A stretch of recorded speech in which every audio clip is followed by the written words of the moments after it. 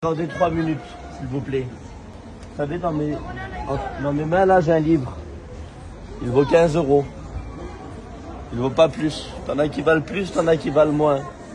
Mais ce livre-là a une particularité. C'est que l'auteur, il connaît tous les lecteurs.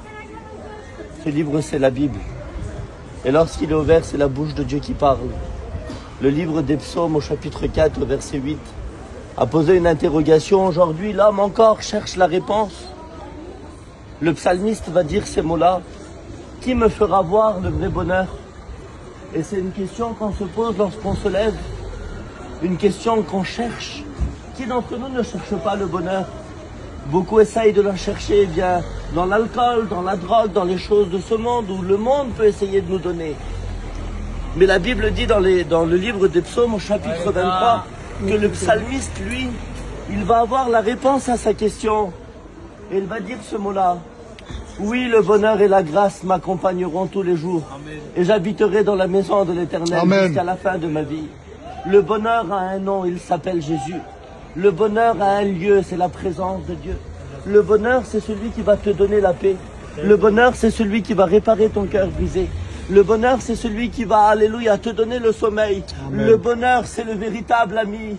C'est pas celui qu'on vient te chercher pour ce que tu donnes, mais c'est celui qui est là pour toi, pour ce que tu es. Amen. Parce que ton âme a de la valeur aux yeux de Dieu, parce que tu vaux cher pour Dieu. Et il t'aime tellement que la Bible dit dans l'évangile de Jean, au chapitre 3, au verset 16, car Dieu a tant aimé le monde, car Dieu t'a tant aimé, car Dieu nous a tant aimé, qu'il a donné son Fils unique, afin que quiconque croie en lui, qu'il ne périsse point, mais qu'il ait la vie éternelle. Et si tu t'approches de Dieu, il peut te donner la paix, il peut te donner le bonheur, il peut pardonner tes péchés, tes bêtises, tes incompréhensions. Écoute ce mot-là, qu'il résonne dans ton cœur. Si moi je m'en vais, oublie-moi, moi je suis qu'un homme, je suis un facteur, je suis un messager. Mais écoute ce mot-là, Jésus t'aime.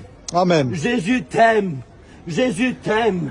Et lui, il veut te sortir de ton problème. Si tu lui fais confiance, je voudrais qu'on te chante un cantique. On va te chanter un cantique, mais je voudrais que ce cantique puisse toucher ton cœur. Et à travers ce cantique, que tu t'approches de la présence de Dieu.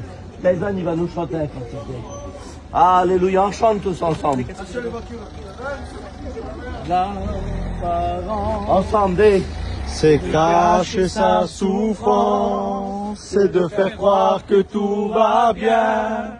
Alors qu'on doute du lendemain, on se cache derrière un soupir, on se cache derrière